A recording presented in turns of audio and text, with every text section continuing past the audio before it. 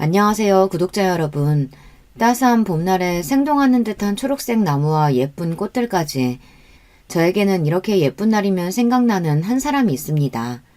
그 사람만 생각하면 가슴이 아리고 이 좋은 날씨에 함께 걸어봤으면 하는 마음이에요. 여러분에게도 이렇게 그리운 사람이 한 명쯤 있으시겠죠? 저는 평범하게 살고 있는 50대 여자입니다. 제 사연 속에는 좀 민망하고 부끄러운 일들도 있기에 등장하는 인물들의 가명을 써볼게요. 이에 대해 구독자 여러분들께서 이해해 주시리라 믿고 이제부터 제 사연을 시작하겠습니다. 저는 어려서부터 아주 고운 미모로 동네에서 유명했습니다. 반달 눈썹에 하얗고 뽀얀 피부, 작지만 오똑한 콧날에 크고 예쁜 눈까지. 제 어릴 때 사진을 지금 봐도 정말 예쁜 애였다는 걸 알 수 있어요. 같이 제 사진을 본 우리 딸은 깜짝 놀랄 정도예요. 무슨 연예인 사진인 줄 알았어. 정말 엄마라고? 이것도 벌써 30년도 더 된 이야기긴 하지만 제 미모에 대한 검증이니 여기에서 자랑을 좀 해볼게요. 한 동네 어른들은 저보고 매일 미스코리아에 나가보라고 하셨지만 그러기에 제 키는 160cm 정도의 아담한 키였기에 차마 그 대회를 나갈 수는 없었고요. 당시 예쁜 아가씨들을 뽑는 지역 미인대회가 여럿 있었는데 그중 남원에서 열리는 전국 춘향 샘벌대회가 있었어요. 지금은 외국인도 출전할 수 있어서 글로벌 춘향으로 이름이 바뀌었다고 들었죠. 이 대회에 저는 대학교 1학년 때 참가해서 입상한 적이 있었답니다. 우리 대회 입상 출신인 최란, 오정희 선배님 등 연예계로 진출한 경우가 많아 저도 입상만 하면 유명해지고 돈도 벌 수 있겠다고 기대에 찼어요. 하지만 대회에 입상해서 한동안 신문사 촬영이나 잡지 기사를 찍고 나서부터는 미스 춘향이라는 명함을 내밀 만한 일이 없더라고요. 그래서 다시 일반적인 대학생의 삶으로 돌아와야 했습니다. 처녀적에는 여자가 예쁘기만 하면 꿈같은 세상이 펼쳐지고 백마탄 완장님과 결혼해서 꽃길만 걸을 줄 알았죠. 그렇지만 살면서 전 모진 풍파를 다 겪어봤습니다. 아마도 여러분이 상상도 못할 그런 일들이요. 마냥 꿈에 젖어서 살던 저는 이제 고개도 숙일 줄 알고 세상 무서운 줄도 아는 중년 여성이 되었네요. 세월은 아무도 이기지 못한다고 지금 저를 알고 있는 대부분의 지인들은 제가 미스 춘향 출신인 줄도 모른답니다. 그저 젊었을 때 참 미인이었겠다는 이야기를 듣곤 하지만 말이에요. 대학교를 다니면서 저는 어떤 직업을 갖고 살겠다는 구체적인 꿈이 없었어요. 그저 젊음과 미모만 믿고 도도하게 있으면 능력도 있고 멋진 남자들이 알아서 저를 찾겠거니 하는 안일한 마음뿐이었어요. 주변에서 소개팅도 몇 번 해주고 미팅도 2번 나가본 적이 있었지만 그 안에서 제 마음에 드는 남자를 찾기는 어려웠어요. 저는 지적이고 멋있는 남자를 이상형으로 그리고 있었기 때문이에요. 소개팅을 했던 남자들 중에는 의대생, 법대생도 있었지만 도도한 제 눈에는 차지 않았어요. 그러던 중 제가 23살이 되었을 무렵 드디어 제 이상형의 남자를 만나게 되었답니다. 그 남자는 이름은 이준호, 26살의 건장하고 활발한 성격의 남자였어요. 준호 씨는 우리나라에서 최고의 이공계 대학 카이스트를 다니고 있는 재원이었어요. 컴퓨터 공학과를 전공한 사람으로 정말 천재처럼 똑똑했을 뿐만이 아니라 자신의 능력에 대한 자신감도 큰 남자였죠. 우리나라 IT 사업은 아직 불모지에 불과해. 이 땅에 IT 벤처 회사를 일으켜서 미국에서도 인정받는 성공 신화를 일으켜보겠어. 준호 씨는 제가 잘 모르는 IT 분야에 대한 이야기를 소개팅 내내 했지만 제가 이를 알아듣지 못한다고 해도 무엇이 되수겠습니까? 이미 제 마음은 준호 씨를 향해 있었습니다. 준호 씨도 처음 저를 보았을 때 이미 눈에 하트가 그려질 만큼 저에게 호감을 갖고 있었어요. 은주, 너는 진짜 예쁘게 생겼다. 배우 심은하나 최수지보다 더 예쁜 것 같아 보여. 너 혹시 전생에 춘향이로 태어난 거 아니야? 어머, 오빠, 저 미스 춘향대회 나가서 입상도 했어요. 저 춘향인 거 어떻게 알았어요? 진짜요? 우리는 대화부터 너무 잘 통했고 준호 씨는 능력도 있고 지적일 뿐 아니라 유머 감각까지 있는 완벽한 남자였어요. 준호 씨를 소개해준 제 친구에게 다음날 학교에서 밥을 사며 감사의 표시까지 했습니다. 어제 네가 소개해준 오빠 진짜 멋있더라. 우리 오늘 저녁에 또 만나기로 했어. 그치? 내가 딱 봤을 때 둘이 아주 잘 어울릴 것 같더라고. 안 그래도 준호 오빠가 나한테 거하게 쏘겠다고 문자 보냈어. 어떻게 하늘에서 선녀를 낚아왔냐면서 너한테 푹 빠졌더라. 저와 준호 씨는 정말 잘 어울리는 한 쌍이었어요. 준호 씨의 학교가 있는 대전에도 놀러 가보고 준호 씨가 우리 학교에도 놀러 오면서 우리는 장거리 연애라는 장애를 극복하고 뜨겁게 사랑했습니다. 준호 씨는 대학교 학부를 졸업하고 대학원 연구실에 있었는데요. 이때부터 몇 명의 선배와 함께 벤처 회사를 창업하겠다며 바빴습니다. 준호 씨가 그 회사에 대한 설명을 저에게도 했었지만 전 그저 정보기술의 컨설팅 관련 회사라고만 알고 있었어요. 하지만 그 회사는 사업 자금을 모으지 못하고 제대로 경영도 해보지 못한 채로 몇 달 만에 문을 닫았습니다. 이 한 번의 실패에 준호 씨는 포기하지 않았어요. 준호 씨는 대학교 시간 강사와 연구실 활동을 병행하면서 창업 자금을 모았어요. 교수님들에게 사업 아이템을 홍보하며 회사 창업에 도움을 주십사 유치하느라 참 바빴습니다. 지난 실패의 경험을 듣고 준호 씨는 더욱 열심히 했어요. 그러더니 결국 2000년 초반에 창업 동아리 친구들과 인터넷 검색 업체를 창업했습니다. 그 당시에는 네이버가 지금처럼 커지기 전의 시대였는데요. 준우 씨가 개설한 인터넷 사이트는 가입자 수가 폭발적으로 늘어서 이러다가 야호를 잡아먹는 것 아니냐는 말도 들을 정도였죠. 준호 씨의 사업은 날로 확장했고 자신의 회사가 잘 되고 나니 준호 씨는 그제야 회사에만 몰두하는 것을 멈추고 주변을 볼 여유가 생겼나 봅니다. 저와 준호 씨는 그동안 연애하면서 대부분 전화나 문자로 서로의 일상을 공유했고 얼굴을 보고 만나는 날은 일주일에 한 번씩 그것도 잠깐의 시간만 보냈을 뿐입니다. 우리가 연애한 지도 몇 년이 흐르고 저는 이미 결혼 정년기에 접어들었기 때문에 아마 준호 씨는 마냥 기다리게 하는 것 같아 저에 대한 미안한 마음이 마음속에 자리했던 모양이에요. 은주야, 바쁜 나 이해해주고 늘 옆에 있어줘서 정말 고마워. 내가 꼭 성공해서 너한테 좋은 차도 사주고 예쁜 집도 사주고 은주 네가 하고 싶은 건 뭐든 내가 다 해줄게. 나는 괜찮아요.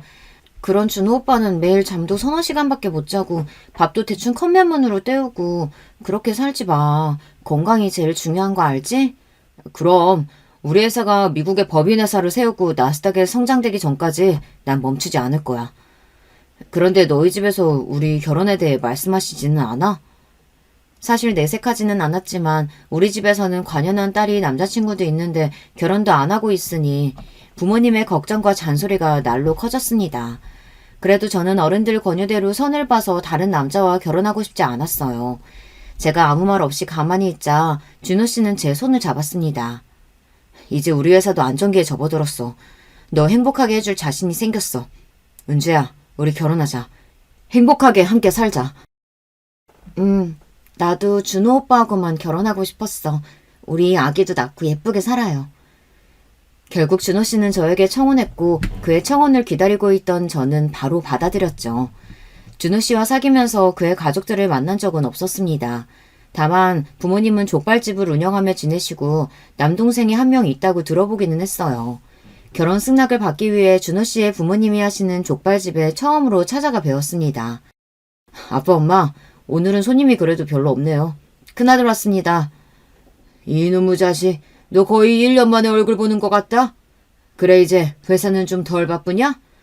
네, 회사도 좀 궤도에 오르고 했으니 저도 이제 결혼 좀 해야죠.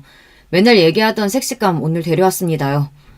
저는 부끄럽고 긴장이 되었지만 준호 씨 부모님에게 잘 보이고 싶은 마음에 조신하고 공손히 인사를 드렸습니다.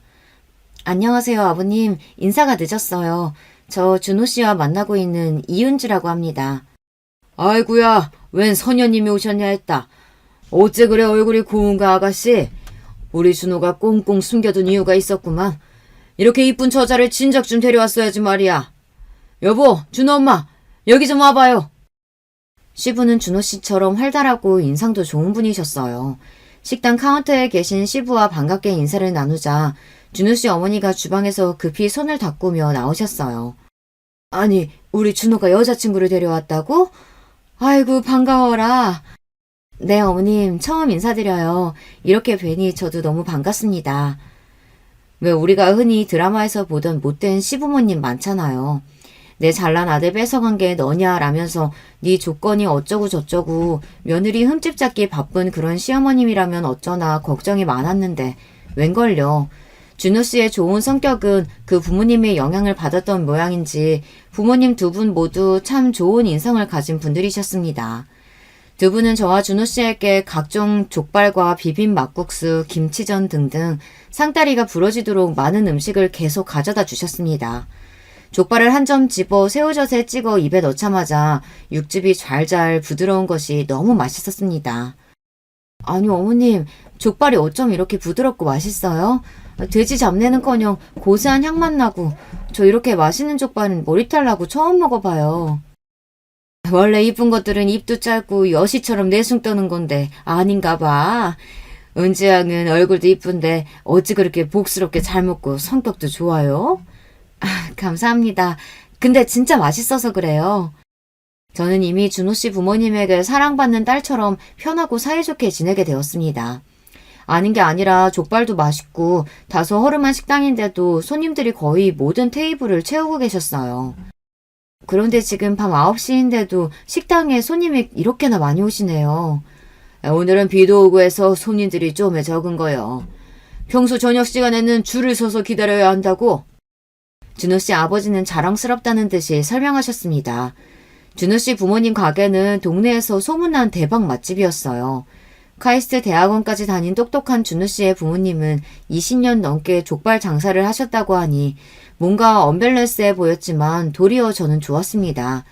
가족분들이 교수나 전문직처럼 모두 똑똑하고 엄격한 분위기였다면 평범한 저는 숨이 막혔을지도 몰라요. 준호 씨 부모님은 장남이 처음 데려온 여자친구, 그것도 신부감을 데려왔으니 이것저것 궁금하신 부분이 많았고 저는 차근차근 질문들에 답해드렸습니다.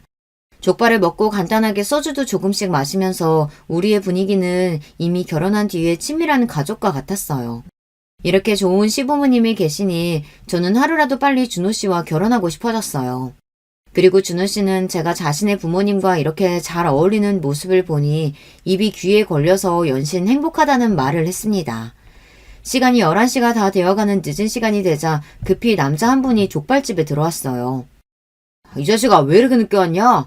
너희 형수 이제 집에 데려다 줘야 돼. 미안. 오늘따라 과장님이 회의를 길게 해서 너무 늦었네. 게다가 회사가 화성시에 있잖아. 형 좀 봐줘. 안녕하세요 형수님. 형이 보내준 사진은 다 봤었는데 진짜 미인이시네요. 우리 형이 뭐가 좋다고 이런 미인분이 결혼을 하시려고 그러세요? 그 남자분은 준호 씨의 남동생으로 저와 동갑인 회사원이었습니다. 영어를 무척 잘하는 공대생이었던 재호 씨는 지금 외국계 회사에 다니고 있다고 해요. 동생분도 똑똑하고 좋은 회사를 다니다니 집안 유전자가 좋은 모양입니다. 제가 준호 씨네 가족들에게 환대를 받은 만큼 우리 부모님도 준호 씨를 반겨주셨어요. 준호 씨가 워낙 넉살 좋은 성격이고 게다가 IT 회사 공동 대표를 하는 능력이 있는 남자다 보니 우리 부모님은 얼씨구나 하고 제가 좋은 남자에게 시집간다고 이미 동네에 소문을 내셨다네요.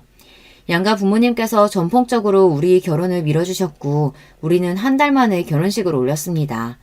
회사 일이 바쁜 준호 씨의 상황상 신혼여행은 다음으로 미룬 것이 조금 아쉬웠지만 그거 빼고는 모든 것이 다 좋았습니다. 준호 씨는 전에 했던 약속대로 돈은 얼마가 들어도 좋으니 제가 원하는 신혼집을 골라보라고 했어요. 저는 평소 로망이었던 작은 마당에 있는 2층 집을 선택했어요. 이곳에 텃밭도 일구고 마당에 잔디와 각종 나무를 예쁘게 심어서 조경도 했습니다. 우리 사이에 아기가 태어나면 이곳을 뛰놀고 물놀이도 할 생각에 행복한 상상을 하며 우리 집을 하나씩 꾸며갔어요. 하지만 그렇게 오랫동안이나 아이가 우리를 기다리게 할 줄은 그때는 몰랐습니다. 우리 부부는 병원에 가보았지만 특별히 임신이 안 될 조건이 없었음에도 임신이 되지 않았으니까요. 남들이 볼 때 부러워할 만한 가정이었지만 아기가 없으니 제 속은 타들어갔습니다. 하지만 제가 불안해하고 조급해한다고 뭐가 바뀌겠어요. 그저 바쁜 남편 건강하도록 음식 잘 챙겨주고 입는 옷이나 사업하는 남편의 안사람으로서 챙겨주며 사이좋게 잘 살고 있었어요. 우리가 결혼하고 오래되지 않아 서방님도 결혼을 하게 되었습니다. 서방님이 시댁에 데려온 아가씨는 저보다 1살 어린 여자분이었는데요. 한눈에 전 알아볼 수 있었어요. 그 여자는 속된 말로 된장녀의 성형녀였거든요. 된장녀란 여자가 속물적으로 명품이나 남들 눈에 있어 보이는 겉모습 치장만 중요시하는 여자라고 하잖아요. 그 여자는 발끝부터 머리끝까지 온갖 명품으로 도배를 했고 쌍꺼풀도 크고 코를 있는 대로 높게 세워서인지 어색한 느낌이 강한 얼굴이었습니다. 제가 나중에 서방님에게 살짝 물어봤을 정도예요. 서방님, 예비 신부 친정집이 부자인가요? 명품을 아주 좋아하나 봐요. 아니요, 그냥 평범하게 회사 다니다가 은퇴하신 분들이에요. 저 사람이 명품을 좀 좋아해야 말이죠. 자기 월급을 고스란히 저런 옷이나 액세서리 같은 거 사는 것 같더라고요. 이렇게 말하는 서방님은 골치 아프다는 표정이었습니다. 사실 그 아가씨와 서방님은 우리처럼 불타는 사랑으로 결혼까지 가게 된 것이 아니라 따로 사정이 있었거든요. 서방님 회사가 화성시에 있어서 인근 오피스텔에 자취하면서 살다가 이웃으로 만나면서 친해지게 되었는데 어느 날 술김에 두 사람은 그만 선을 넘게 된 거죠. 그 이후로 연애를 하긴 했지만 아가씨는 서방님을 좋아했지만 서방님은 그 아가씨에 대해 진지한 마음이 아니었대요. 그저 좀 사귀다가 말려고 했대요. 하지만 그날 밤 아기가 생긴 겁니다.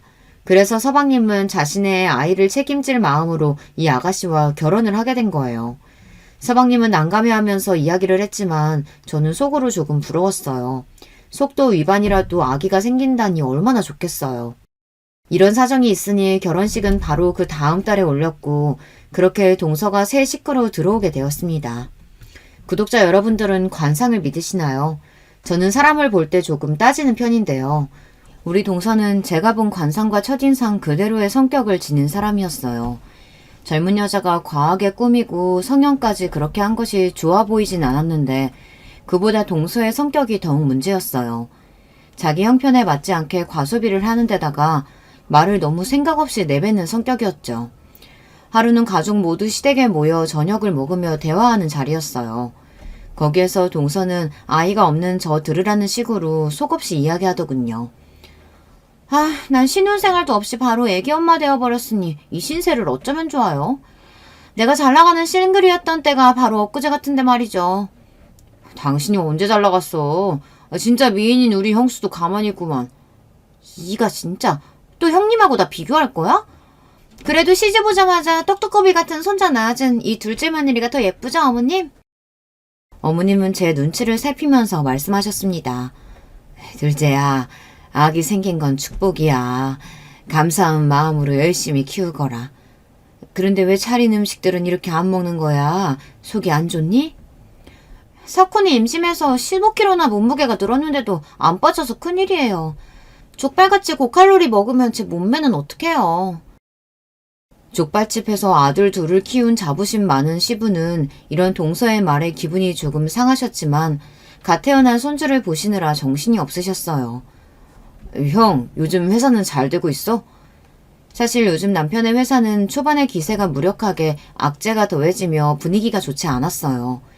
야후코리아도 사업을 철수할 정도로 한국 시장은 검색 사이트가 우후죽순으로 많이 생겼고 대형 업체 틈바구니에서 남편의 회사는 갈수록 설자리를 잃고 있었죠.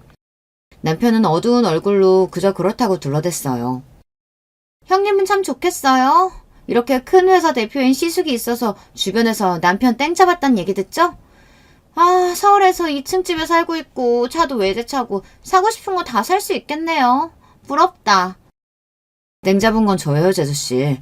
우리 아내는 절약만 하고 맨날 저 챙기느라 자기는 돌보지도 않는 사람인걸요. 이렇게 예쁜 여자가 옷이나 가방 같은 거 사는 건 관심도 없고 집안 살림은 얼마나 야무지게 하는지 전 참 결혼 잘한 것 같아요.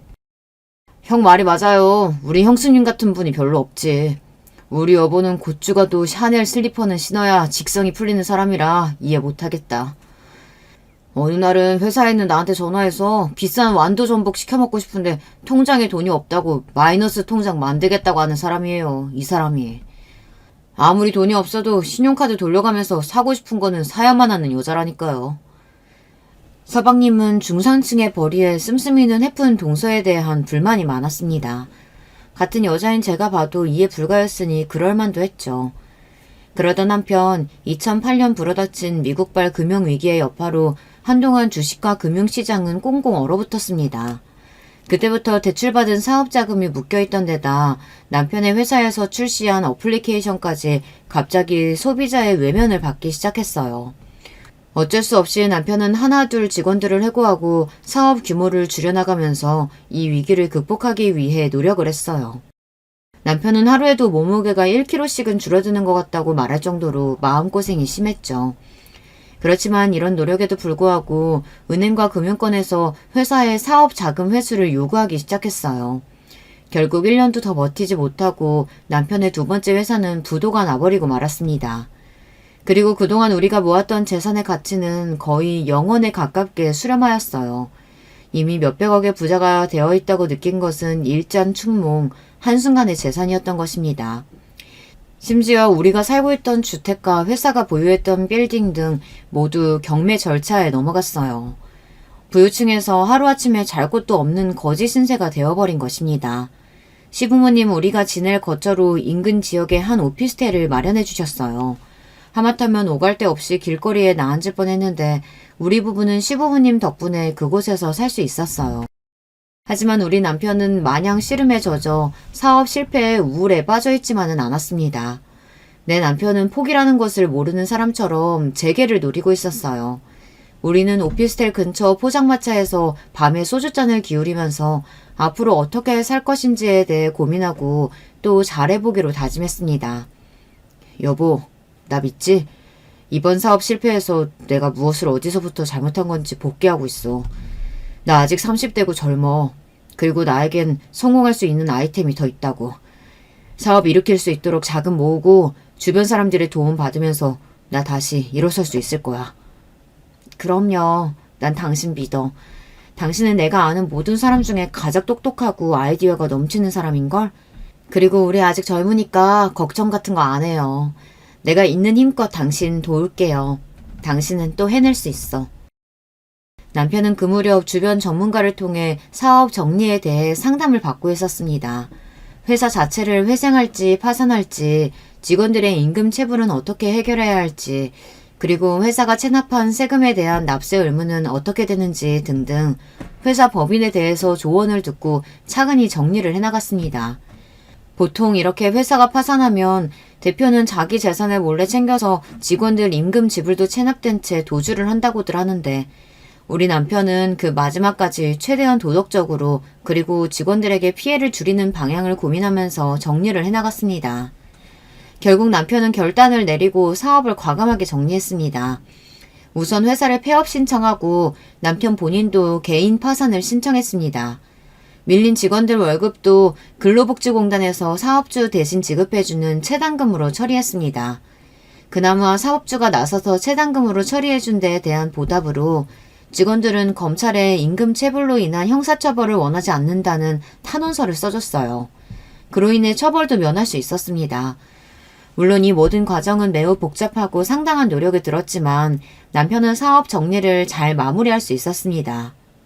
폐업한 두 번째 회사를 깔끔하게 정리하고 나자 남편은 새로운 회사를 다니기 시작했습니다. 새 직장은 이전에 파산한 회사의 직원들과 함께 설립한 게임 회사였어요. 직원들은 폐업한 회사에서 구상 중이던 게임 프로젝트를 새로 설립한 회사에서 진행했습니다. 남편은 한동안 집에 생활비가 없었기 때문에 퇴근한 이후에는 대리기사도 했습니다. 이렇게 낮과 밤 가리지 않고 종잣돈을 모아가면서 남편은 열심히 살았습니다. 이 시간들은 뼈를 깎는 인고의 시간들이었어요. 남편은 대리기사를 하며 술 먹은 진상들이 난동을 피우고 심지어 이 개새끼야 하면서 욕설을 듣질 않나 못볼 많이 당했습니다.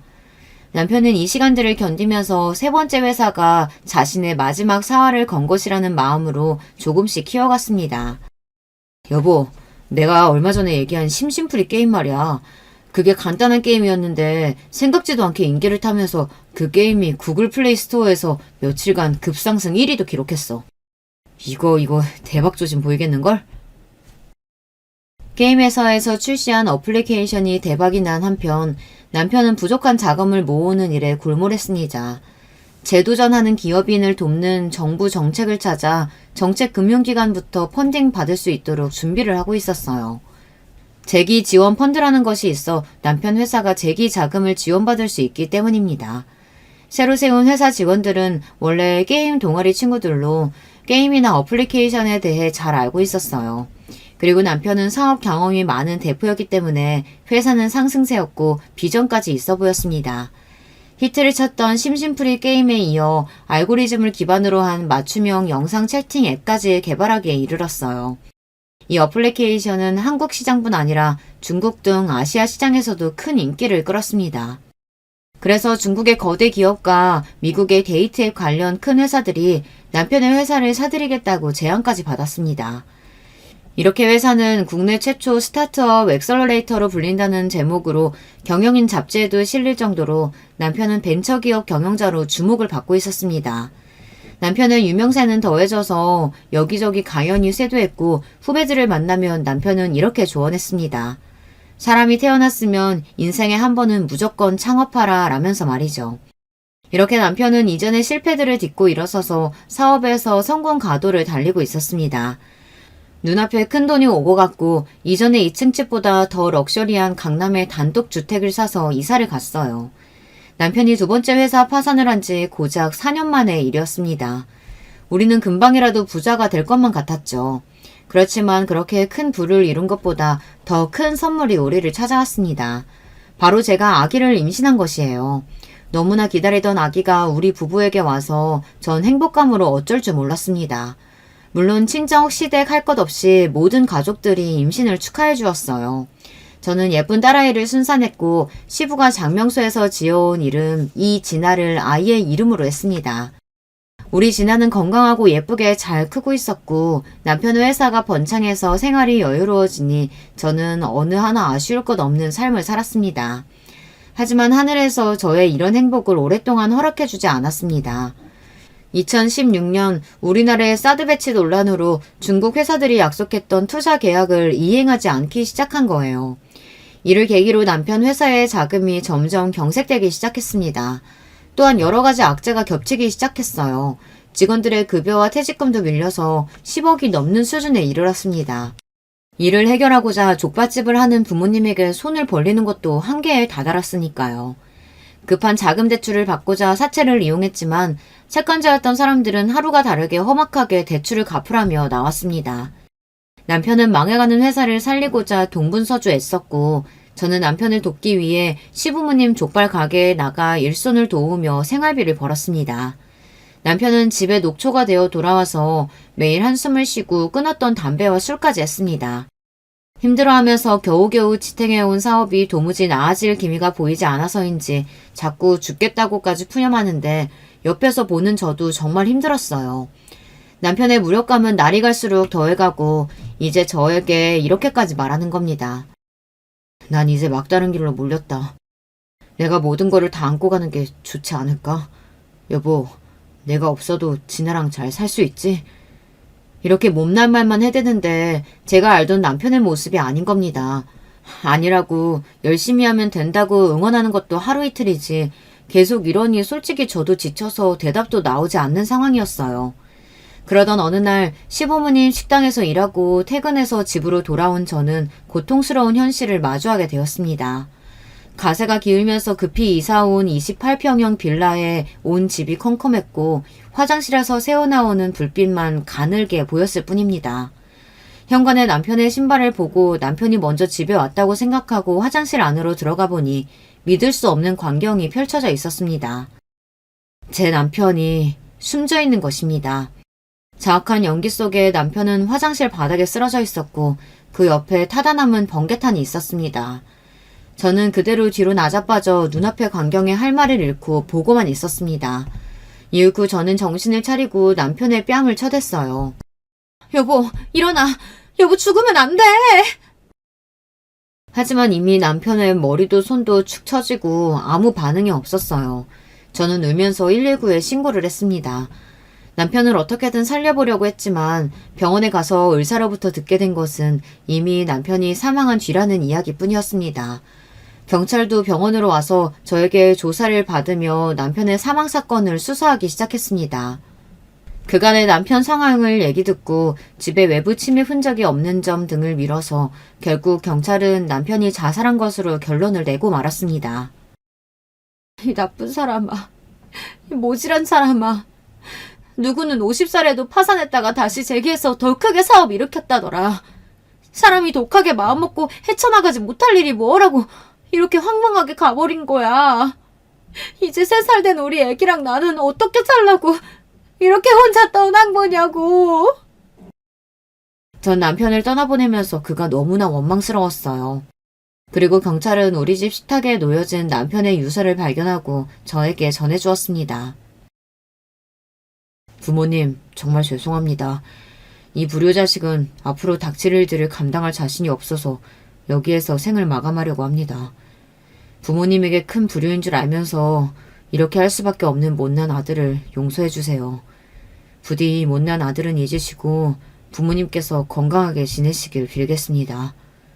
그리고 여보, 당신에게 가장 미안하고 또 미안해. 내가 7년 전 2번째 사업 망했을 때는 그래도 젊고 자신이 있었어. 당신 덕에 힘을 내서 재기에 성공했지만 이번 실패는 차마 견디기가 힘들어. 못난 남편이어서 착하고 꽃 같은 당신을 끝까지 행복하게 해주지 못해서 정말 미안해요. 우리 진아 잘 부탁해. 그리고 당신이 나보다 더 좋은 남편 만나서 행복하기를 빌게. 당신을 정말 사랑했어. 남편의 유서를 옮겨 쓰고 있는 지금도 저는 흐르는 눈물을 참을 수 없어 한참을 아무것도 하지 못할 만큼 이날은 저에게 고통스러운 기억입니다. 그 이 고통은 아직도 제가 치유하지 못한 상처로 남아있을 뿐입니다. 남편이 스스로 목숨을 끊을 동안 그를 막지 못한 제 자신에 대한 죄책감은 더욱 무거웠어요. 나에게 살고 싶다고 그렇게 못난 소리 한 것도 모르고 옆에서 더 잡아줄 걸, 옆에서 더 힘이 되어줄 걸. 남편이 장례식에 많이들 와주셨지만 죄책감과 슬픔으로 몸도 마음도 전 제대로 가눌 수가 없었습니다. 사업 실패로 스스로 목숨을 끊을 사람의 아내가 무슨 말을 할 수가 있겠습니까? 죄스러운 마음에 고개를 들 수도 없었고 아무도 없는 곳으로 도망가고만 싶었습니다. 세상을 등진 남편 없이 3살박이 딸을 데리고 홀로 어떻게 살아야 하나 막막한 마음에 눈물만 흘리고 있는데 장례식장에 서방님이 달려오셨어요. 그리고 자신의 형 영정사진 앞에서 얼마나 서럽게 울고 또 울던지요. 서방님 뒤에 같이 온 동서는 기도를 하고 서 있다가 한참이 걸리는 자기 남편을 두고 저에게 다가왔어요. 형님, 시숙님이 갑자기 이렇게 가실 줄은 몰랐어요. 무슨 조짐은 없었어요? 조짐? 무슨 조짐? 내가 우리 남편 죽을 마음 먹었다는 걸 알고도 가만히 있었단 뜻이야?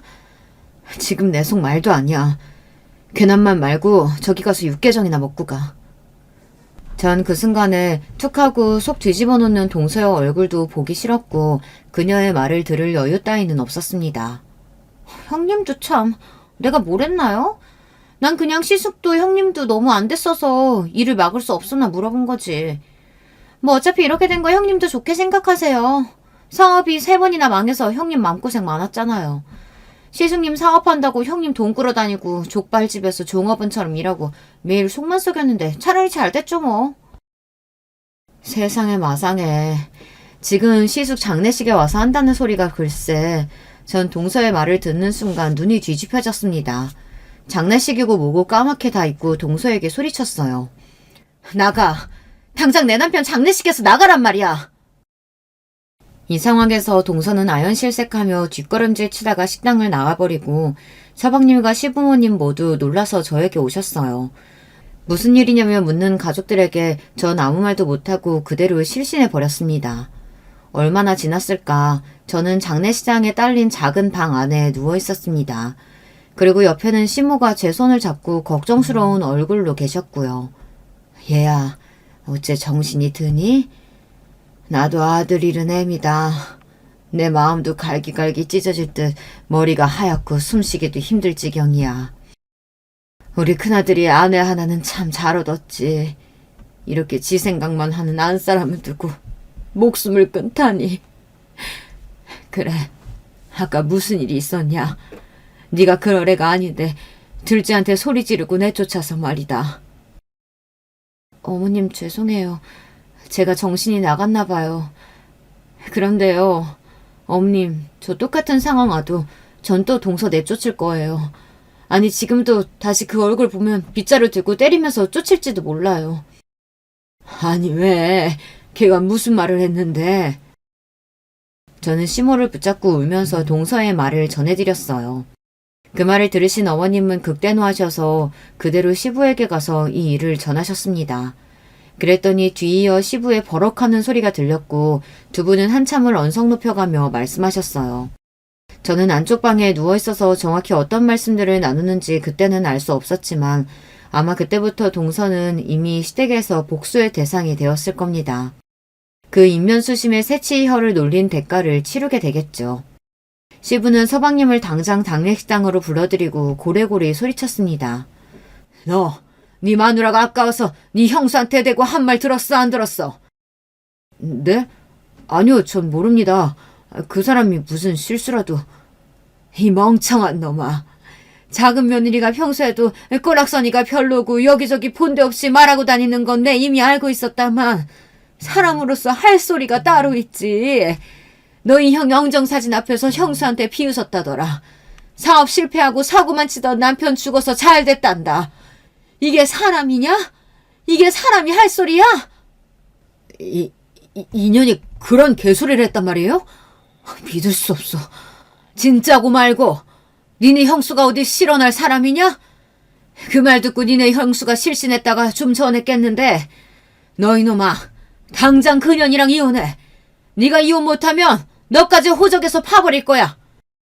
아버지, 이혼이 대수예요? 하다 이제 별말을 다 하네. 내가 오늘 2년 복날 개패드 잡아버릴 거예요. 서방님은 부들거리면서 화를 더 이상 참지 못하겠다는 듯이 벌떡 일어나서 나가버렸어요. 이후 동서와 서방님 간에 무슨 사단이 났든 저는 관심 없었습니다. 우리 남편이 세상에 없는데 그딴 일들이 다 무엇이겠습니까? 저는 시부모님을 의지해가며 겨우 남편의 장례식을 마쳤습니다. 남편의 장례식이 끝나자마자 살고 있던 집을 팔기 위해 부동산에 들렀습니다. 남편 사업을 정리해야 돼서 되도록 급하게 팔아주세요. 아유, 사정은 딱하지만 지금 비수기라 집을 사려는 사람이 별로 없어요. 웬만하면 시세보다 많이 낮춰서 내놔야 팔릴 것 같은데 어쩌죠? 부동산 사장님은 제가 알고 있던 시세보다 2억이나 깎아서 내놓으라고 하더군요. 남편의 사업을 정리하면서 갚을 돈이 얼마인데 유일한 재산도 값어치를 못 받는 건지 정말 암담하기만 했습니다. 그런데 남편의 회사의 공동대표였던 신 대표가 저를 찾아와서 이야기를 해주는 겁니다. 재수씨, 우리 이 대표 그저 약한 마음 먹고 그렇게 된 거 아닙니다. 그것이 아마 이 대표에게는 최대한으로 재수씨와 가족 그리고 회사 직원들을 보호할 수 있던 방법이었을 거예요. 이 대표는 채권자들한테 우리가 살고 있던 집 그리고 예금 등을 건드리지 못하도록 조치를 취했어요. 직원들의 퇴직금까지 정리해놓고 나한테 이 사실을 알려줬습니다. 아마 지난번 사업 실패 때 회사가 망하면서 자기 전 재산까지 날리는 일이 이번에는 없도록 한 것 같아요. 그러니까 재수씨, 집을 팔 필요도 갚을 돈도 없습니다. 지금의 재산으로 사시면 되세요. 그리고 제가 이 대표 딸의 아버지처럼 모든 일을 다 해주겠습니다. 어떻게든 저도 재기에 성공해서 진아가 대학도 가고 유학도 갈 때까지 모두 제가 도울게요. 제 남편을 오해하고 의심했던 제가 미웠습니다. 결국 우리 가족과 직원들을 지키기 위해 남편이 어쩔 수 없이 그런 선택을 했다니. 그런 남편이 고맙고 존경스러웠지만 한편으로는 남편이 너무 미웠어요. 아무리 재산이 있으면 뭐하나요? 내 남편이 세상에 없다면 무슨 소용일까요?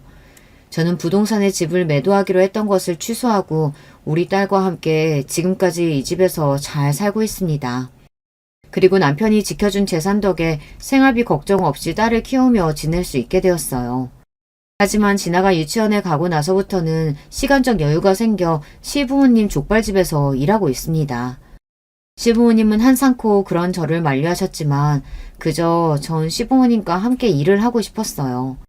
그리고 시부모님도 전보단 많이 늙으셨습니다. 그날들도 없는 분들에게 저라도 할 수 있는 만큼 옆에 있어드리고 싶었어요. 아, 그 싹퉁머리 없는 동서는 어떻게 되었냐고요? 서방님은 그날 장례식장을 뛰쳐나간 뒤 동서에게 마구 퍼구었다고 합니다. 비단 그 실언뿐만이 아니라 그 전부터 서방님은 동서에게 쌓인 불만이 많았으니까요.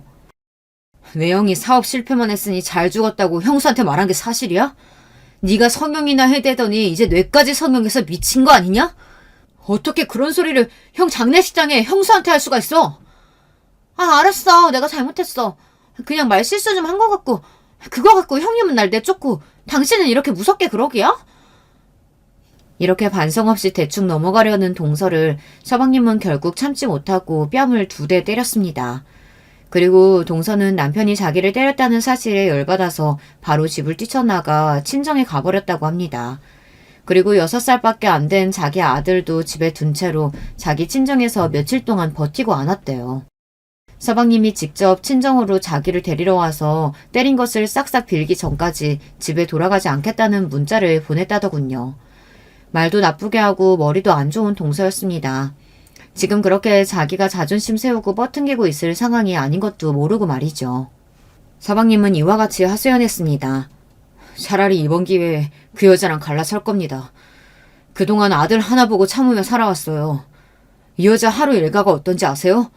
남편은 이른 아침마다 뚜벅이로 회사 버스로 출근하는데 이 여자는 늦지막히 일어나서 석훈이 아침도 대충 챙겨서 유치원 셔틀버스 태워보내놓고 내 차 한 대 있는 거 끌고 나와서 맨날 동네 아줌마들이랑 몰려다니고 놀았어요. 쇼핑몰 다니고 브런치 먹으러 다니면서 돈 써대고 애들은 이 학원이 좋다, 이 교구가 좋다 그런 시덥지 않은 수다 떨며 오후까지 놀다가 석훈이 유치원에서 올 시간 맞춰서 집에 들어가는 거예요. 집안일이라도 깨끗이 청소하고 빨래하고 애 교육 챙기면 내가 뭐라고 합니까? 맨날 집은 어질러져 있고 설거지는 쌓여있고 늦게 퇴근해서 들어가면 피곤한 남편한테 대고 누구 집은 어쩌고 저쩌고 돈 없다고 지랄거려요, 이 여자. 사치가 심해서 한글도 못 읽는 석훈이 죽어도 영어 유치원 보내야 한다고 하지 않나. 자기는 집에서 책 한 권도 안 읽으면서 다른 집에서 100만 원 넣는 전집 산다고 들으면 그냥 우리 아들은 무조건 사야 한대요. 내 월급이 400만 원 정도 가져온다 치면 매일 그 이상은 아내가 써대서 적자 신세를 면하지 못해요. 지금 집도 내가 결혼할 때 전세자금 대출 보태서 마련한 건데 결혼한 지 6년이 되는 동안 여전히 그 신세를 못 면하고 있는 건 다 그 여자 때문이에요. 내가 좀 소비 좀 줄이고 집 사야 한다고 하면 그냥 웃으면서 에이 능력 있는 당신이 더 벌어오면 되지 시숙처럼 사업해볼래? 그럼 훨씬 생활비 많이 가져올 수 있지 않냐? 이렇게 철없는 소리만 해대니까요. 툭하면 입술에 필러 넣고 이마에 무슨 시술하고 얼굴이 갈수록 성형한 티만 많이 나면서 늙은이 취해져가지고 있던 정도 뚝 떨어져요. 이번 일 겪으면서 이혼 결심하게 됐으니 저 말리지 마십시오. 동서는 일주일이 지나도 남편이 자기를 데리러 오지 않자 뒤늦게 사태를 파악하고 자기 집에 들어가려고 했어요. 하지만 이미 서방님은 현관문 비밀번호를 바꿔놓고 동서를 집 안으로 들여보내지 않았어요. 당장 이혼할 테니 집에 올 필요 없다는 말로 동서를 내쳤죠. 깜짝 놀란 동서는 시부모님 족발가게로 달려가서 사정을 했습니다. 그이가 저랑 이혼하겠다고 저렇게 무섭게 나와요. 아버님, 어머님이 제발 좀 알려주세요. 하지만 시모는 그런 동서의 손모가지를 꾹 잡고 잔뜩 눈에 힘이 들어간 채로 말씀하셨어요. 내가 우리 아들 키우면서 사람은 착하게 살아야 한다. 인성이 올바르면 하늘에서 복을 주신다. 그런 말 하면서 키웠던 사람이야. 그런데 다른 사람도 아니고 네 시식이 죽었다는데 거기다 대고 못이 어째? 내 아들이 죽어서 잘 됐다고? 앞으로 너는 내 며느리도 아니고 사람 취급도 안 할 거야. 여기서 썩 나가. 2년 이제 이 집에 얼씬도 하지 마라. 그러고 동서를 향해 굵은 소금 한 바가지를 들고 나와 마구 뿌려댔습니다. 동서는 기겁을 하고 도망을 갔고 결국 서방님은 진짜로 동서와 이혼을 했습니다. 동서는 그야말로 땡전 한 푼 못 받고 소박을 맞은 거죠. 시부모님은 원수 같은 동서 때문에 그의 아들인 석훈이까지 미운 마음이 생겼다고 하셨습니다. 그리고 아빠 없이 살게 된 제 딸이 안쓰럽다며 시부모님이 갖고 계신 재산을 모두 딸아이 명의로 증여해 주신 겁니다. 서방님도 저에게 미안한 마음이셨던지 이에 대해서 한마디도 보태지 않고 따랐던 것 같아요. 물론 저는 서방님의 아들 석훈이가 좀 더 크면 그 몫을 다시 증여해서 돌려줄 생각입니다. 지금은 시부모님도 서방님도 이렇게 하시는 것이 마음 편할 테니까요. 남편이 남겨준 재산에 시부모님이 증여해주신 재산까지 저는 청소 도우미와 운전기사를 두며 돈 걱정 없이 여유롭게 살고 있습니다. 시부모님과 친정 부모님 모두 건강히 잘 계시고 평일에 3일씩은 시부모님 족발 가게에서 일도 도와드리며 사는 이야기도 하며 시댁과의 인연을 이어가고 있습니다. 시부모님은 제가 원한다면 족발집을 물려주고 싶다고 하셨지만 아직 제가 결심이 서지 않았기 때문에 고민 중에 있습니다. 저는 지금 초등학생이 된 딸아이가 건강하게 크도록 뒷바라지를 하고 아이를 교육시키는 일에 전념하고 있기 때문이에요. 늦둥이 딸을 둔 탓에 딸아이 친구들 엄마보다 좀 더 늙은 엄마인지라 뒤처지지 않게 더 부지런을 떨며 살아가고 있습니다. 딸은 너무 어릴 때 자기 아빠를 잃었기 때문에 저는 딸에게 틈날 때마다 아빠의 사진을 보여주고 아빠에 대한 이야기를 들려주었어요. 우리 딸이 자신의 뿌리인 아빠를 잊지 않고 기억해 주었으면 좋겠습니다. 너희 아빠는 정말 똑똑한 분이셨어. 우리 딸 카이스트라고 알지? 우리나라에서 천재라고 불리는 사람들만 가는 대학교 말이야. 니네 아빠는 거기 대학교도 다니고 대학원까지 다녔단다. 그뿐인 줄 아니? 아빠는 사업가로서 추진력도 있고 10년도 강한 멋있는 남자였어. 그래서 큰 벤처 회사도 3번이나 만들었고 인터뷰도 하고 강연도 할 정도로 성공했었지. 근데 그런 아빠가 왜 지금 우리 곁에 없는 거예요? 그건 말이다. 아빠는 우리 진아랑 엄마 그리고 회사 직원들을 지키기 위해 희생하신 거야. 이렇게 이야기하면 똑똑한 우리 딸은 미처 모든 일을 미리 알고 있었다는 듯이 다 이해했다는 눈빛으로 저를 바라보고는 합니다. 뿐만 아니라 우리 두 모녀는 여행도 자주 다니고 있어요. 견문도 넓히고 좋은 세상을 많이 보며 자랐으면 하는 바람으로 진아와 둘이서 국내에도 다니고 1년에 2번 이상은 해외여행도 다니며 지내고 있습니다. 우리 아이가 넓은 세상을 바라보고 마음을 단단히 다지며 자라 자기 아빠처럼, 아니 아빠를 뛰어넘는 멋진 사람으로 성장하길 바라면서 말이죠. 여자 혼자 몸으로 자식을 키우다가 문득 고비고비 힘들 때마다 저는 항상 남편을 떠올립니다. 이 생에서 열심히 살면서 우리 진아를 잘 키우고 나면 고개를 아주 빳빳이 들고 저 세상에 먼저 간 남편 앞에서 큰 소리 뻥뻥 칠 거라고요.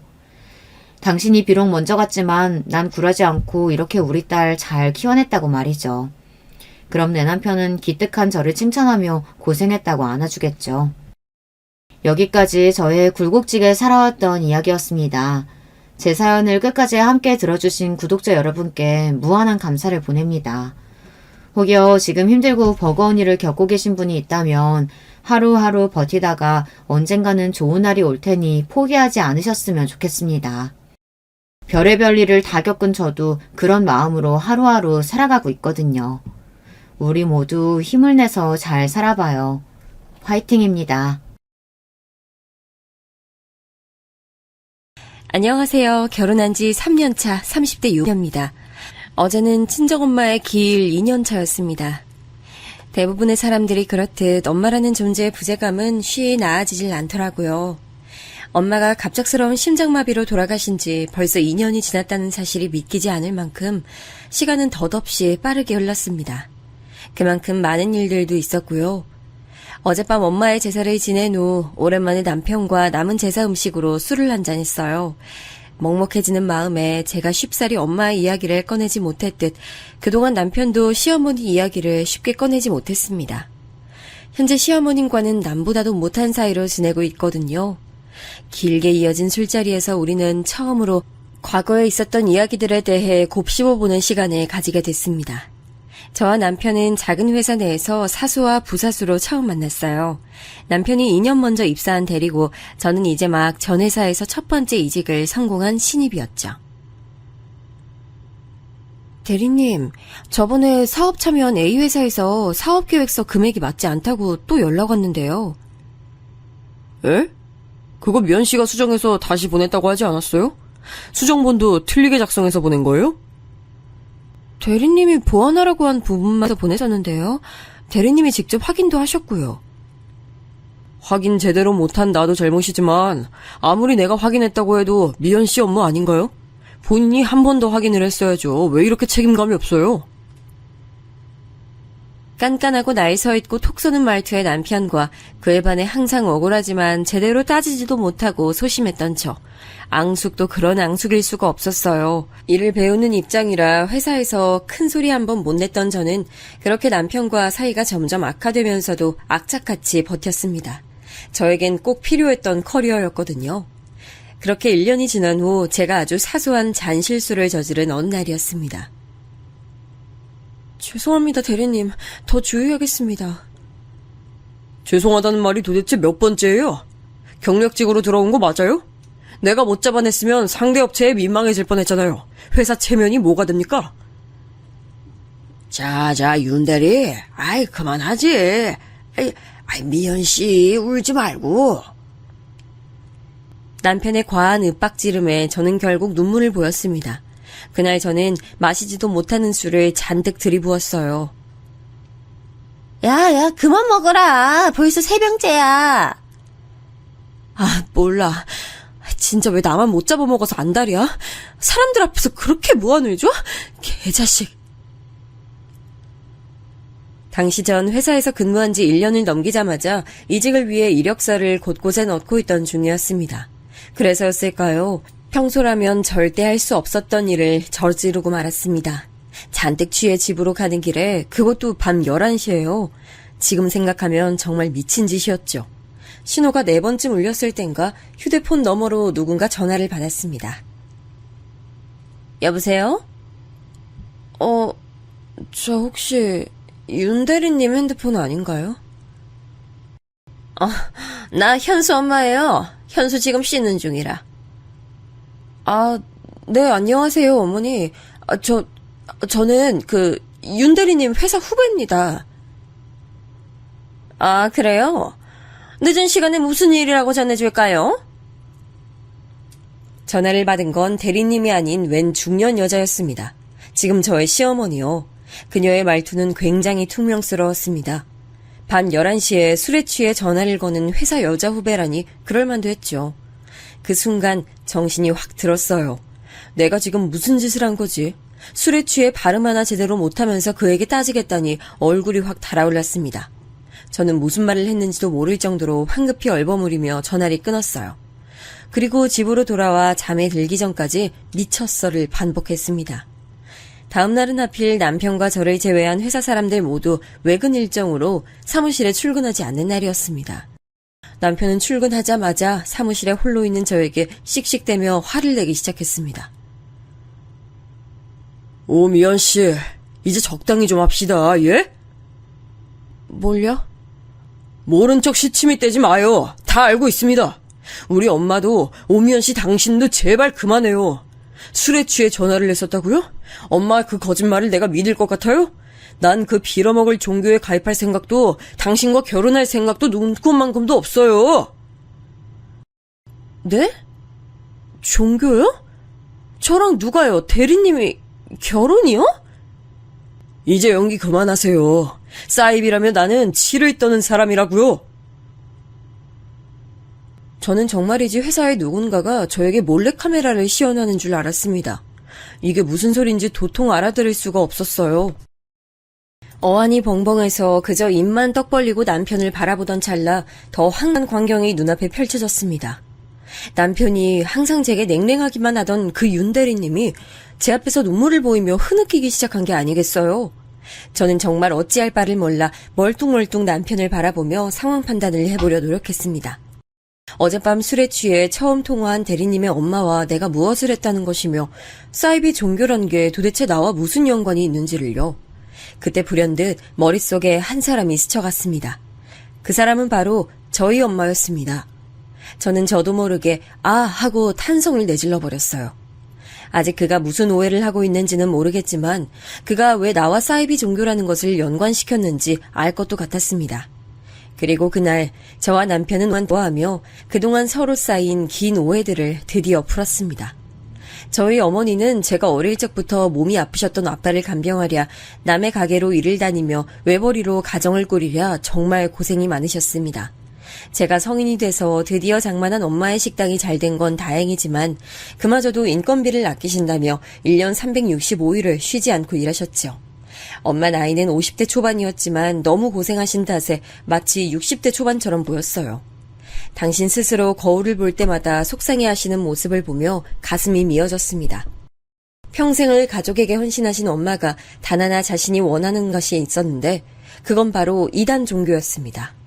저를 오해한 남편이 일컬었던 일명 사이비 종교요. 어떤 경로로 엄마가 그 종교에 발을 들였는지는 알 수 없지만 하느님 혹은 하나님 대신 하늘님이라고 호칭으로 기도를 드리던 것을 들은 이후로 어렴풋이 이단교회에 다니고 계신 걸 알 수 있었습니다.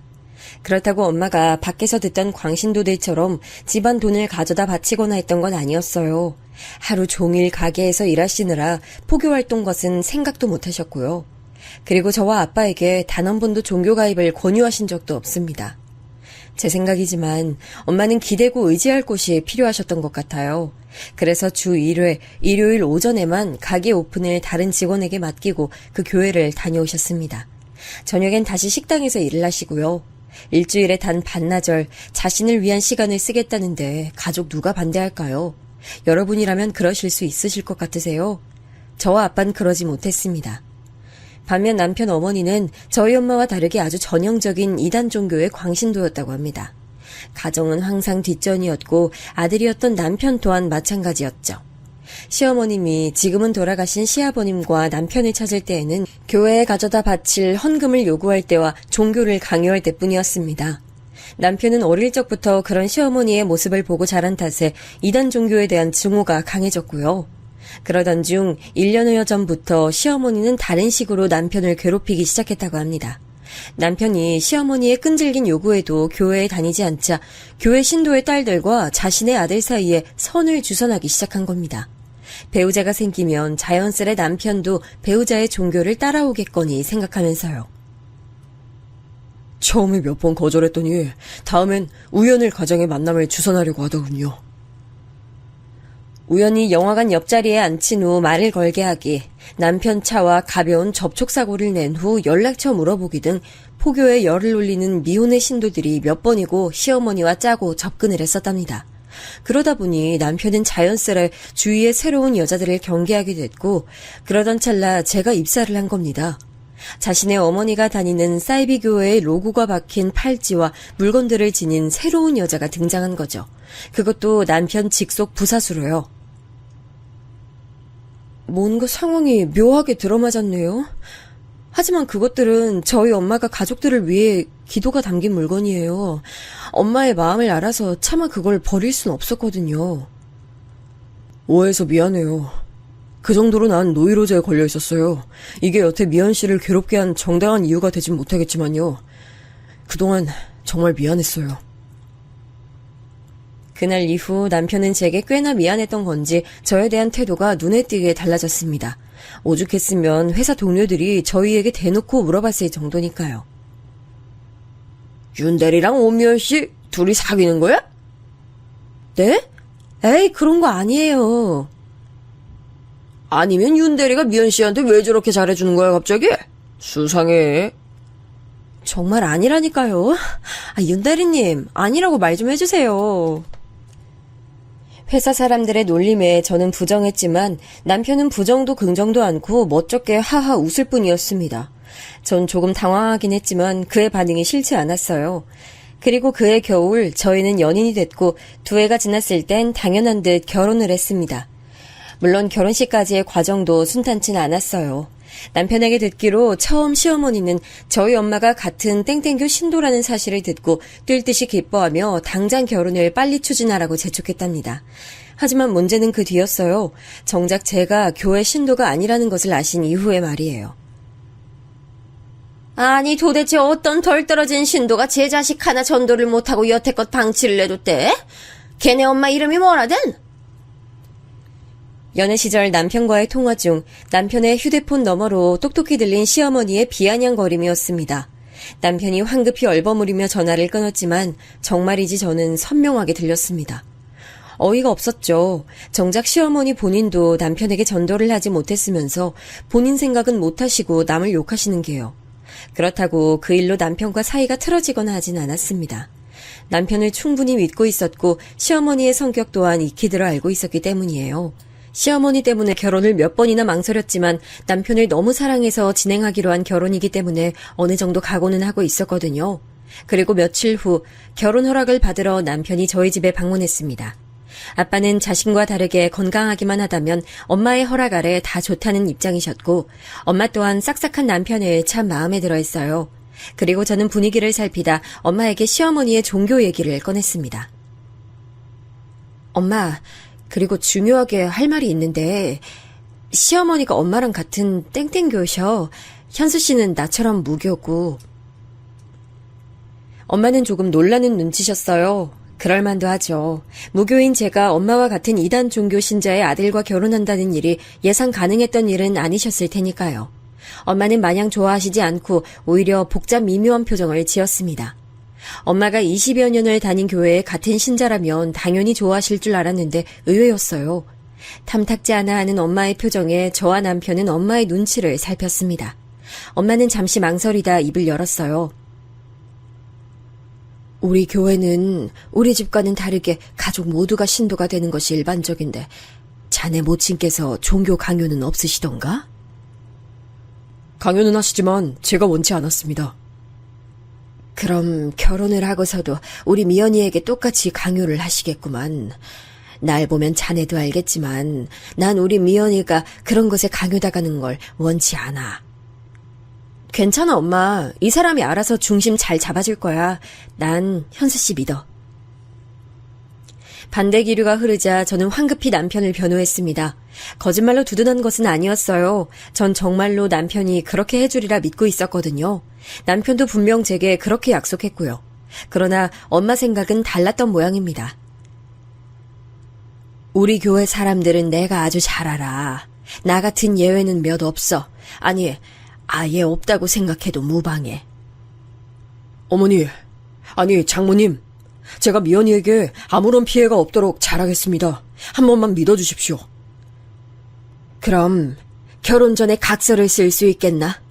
내 딸이 자네 모친을 도저히 견디지 못할 시에 자네의 모든 재산을 위자료로 넘기고 이혼하겠다고 말이야. 소송 또한 절대 없을 거라고. 엄마, 난 그렇게까지 필요 없어. 그 정도도 할 수 없다면 난 이 결혼 절대 허락해줄 수 없어.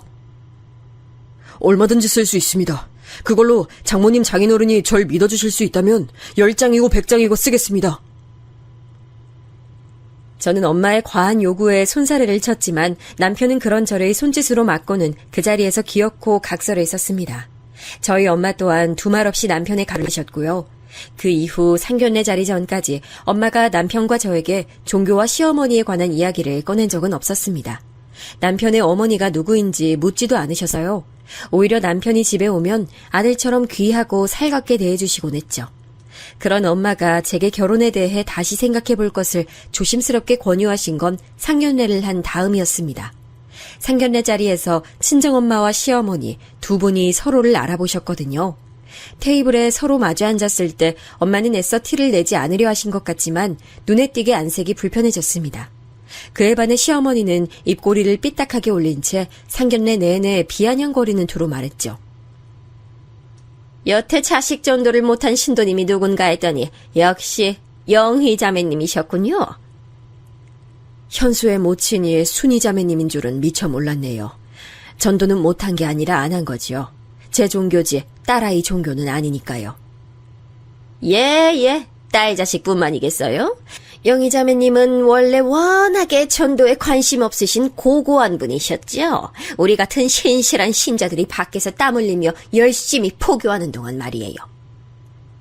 고고하다니요. 워낙 장사가 바빠 시간이 없을 뿐입니다. 그리고 이 이야기가 이 자리에 맞는 주제는 아닌 것 같네요. 엄마, 그만하세요. 상견례 자리에서 무슨 무례예요? 넌 왜 나한테만 그러니? 그건 그렇고 명색이 양가 모친들이 땡땡교인데 결혼식은 당연히 우리 교회식대로 진행해야겠지요? 엄마!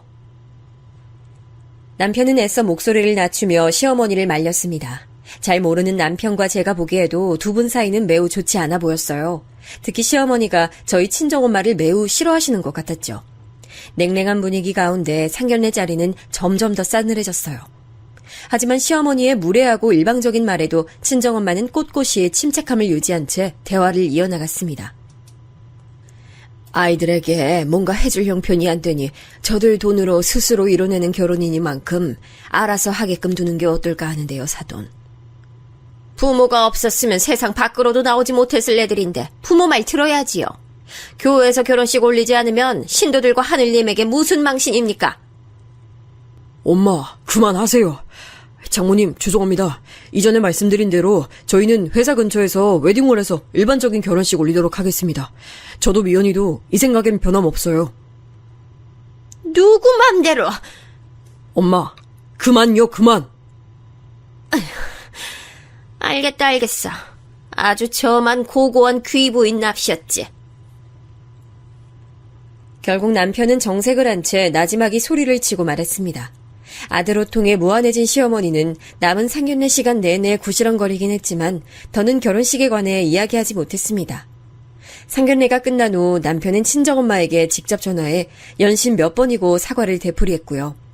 제게도 마찬가지였죠. 하지만 저 또한 저희 엄마에게 심한 무례를 범했던 시어머니 생각에 기분이 많이 언짢은 상태였습니다. 충분히 고심했다고 생각했던 이 결혼에 대해 회의감이 들 정도로요. 집에 돌아온 후 엄마는 거실에서 말없이 한동안 생각을 하시더니 저를 부르셨습니다. 미연아, 엄마가 딱 한 번만 마지막으로 물어볼게. 난 너희 시어머니 짜리가 너무 아니라고 봐. 아무리 윤서방이 막아준다 해도 오늘 태도를 보니 줄기차게 너 괴롭힐 게 뻔해. 마지막으로 이 결혼 고려해볼 생각은 전혀 없니? 아빠 또한 같은 생각이라며 엄마를 거들었습니다. 부모님이 저렇게까지 이야기를 하시니 가뜩이나 회의감이 든 이후인지라 고민이 되지 않은 건 아닙니다. 그날 저녁 남편이 저희 집으로 직접 찾아와 저와 제 부모님 앞에 무릎을 꿇기 전까지는요. 남편은 약속을 지키지 못해 죄송하다며 상견례 자리 같은 일은 정말로 2번 다시 만들지 않겠다고 몇 번이나 저희 부모님 앞에서 다짐하고 애원했습니다. 장모님, 장인어른, 전 정말 미연이 없으면 안 됩니다. 남편의 간절한 모습에 전 다시 한번 그를 믿어보기로 했고 그와 함께 부모님을 설득했어요. 엄마와 아빠는 한동안 고민하시더니 다시 남편을 믿어보기로 하시곤 결혼을 진행시켰습니다. 그 외에도 우여곡절이 참 많았지만 대부분 견딜 만한 것들이었기에 결혼까지 시간은 물 흐르듯이 흘러갔습니다. 결혼 후에도 시어머니와의 자잘한 마찰은 피할 수가 없었습니다. 남편이 최대한 막아줬어도 말이죠. 친정엄마 또한 한 번씩 제게 괜찮냐고 물어보셨습니다. 하지만 제가 괜찮다고 우겨서 한 결혼이거니와 일 때문에 바쁜 엄마에게 짐을 지워주고 싶지 않아 저는 괜찮다고 생각보다 저를 가만히 내버려둬서 희한하다는 둥 아무 말로 웃으며 둘러댔어요. 엄마는 제 말을 전부 믿는 것 같진 않았지만서도 식당 일이 워낙 바쁘셨다 보니 제게 그 이상 추궁하진 않으셨죠. 그런 와중에도 시어머니는 시시때때로 제게 전화를 해댔습니다. 집으로 찾아오기도 하고요. 주로 내용은 한결같았어요. 교회에 나오란 얘기였죠. 예, 너희 이번 주말에도 교회 안 나올 거니? 중요한 행사 있어. 나와서 내 체면 칠해 좀 해다오. 며느리 네가 먼저 세례를 받으면 어련히 현수도 따라서 교회 나오지 않겠어? 왜 사사건건 내 말에 싫다고만 하는 거야? 내가 우스워? 한 번은 이런 일도 있었습니다. 회사에서 일을 하던 중이었어요. 남편은 지방 출장으로 2박 3일간 자리를 비운 상태였습니다.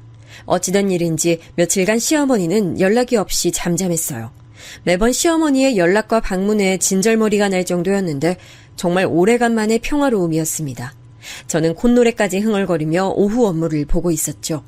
그때 밖에서 커피를 사가지고 들어오던 회사 동료가 제게 물었습니다. 미연 씨, 혹시 땡땡교야? 네? 그게 무슨 소리세요?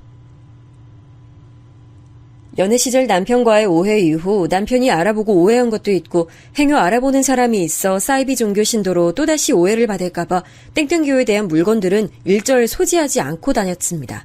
그런데 회사 동료가 제게 땡땡교냐고 대뜸 물어보니 무슨 일인가 싶기도 하고 또다시 오해를 받을까 철렁했죠. 아니, 회사 밖 도보에 미연 씨 엄마라는 분 계시던데? 사람들이랑 어깨에 무슨 하늘님? 이라고 써있는 띠를 두르고 막 확성기로 소리 지르고 계셔. 저희 엄마가요? 제 이름을 부르고 계신다고요? 아니, 그렇다기보다는, 직접 내려가서 보는 게 나을 것 같은데? 친정엄마가 땡땡교 띠를 누르고 확성기로 제 이름을 부르고 있다니 이게 무슨 말도 안 되는 소리인가 싶었습니다. 저는 황급히 1층으로 내려갔습니다. 고래고래 지르는 소리가 얼마나 컸던지 회사 정문을 나서기 전부터도 확성기 소리가 두 귀에 쩌렁쩌렁하게 울려 퍼졌습니다. 회사 밖으로 나가보니 아니나 다를까 확성기를 들고 있는 목소리의 주인공은 친정엄마가 아닌 제 시어머니였어요. 같은 땡땡교 신자들 몇 명과 함께 하늘님의 은혜 속에 살리라 라는 문구가 적힌 어깨띠를 두르고요. 우리 하늘님은 여러분들을 하늘에서 지켜주고 계십니다. 우리 땡땡교 신도들은 항상 여러분의 곁에서 친구들의 축복을 기도하고 있습니다. 여러분의 진정한 친구와 함께 교회로 나오십시오. 하늘님이 그대들을 두 팔 벌려 환영할 것입니다. 저는 여러분의 친구 오미현의 엄마입니다. 우리 미연이를 통해 하늘님이 여러분들을 어루만져주고 계십니다. 교회 옆에 자질구레하게 세워놓은 팻말에는 하늘님과 함께하면 천국이, 지옥에 가기 전 친구의 손을 붙잡고 축복을 받으라 등의 뻔한 사이비 문구들이 쓰여 있었습니다. 저는 기가 차서 입을 떡 벌리고 시어머니를 쳐다봤습니다. 그녀는 아직 제가 온 걸 모르는지 뻔뻔하게도 계속해서 자신이 오미연의 엄마라고 외치며 포교활동 중이었습니다. 몇 마디를 반복해서 듣다 보니 점점 제 머릿속의 뚜껑이 뻥 하고 터지는 것 같았죠. 저는 시어머니에게 성큼성큼 다가가 소리를 빽 질렀습니다.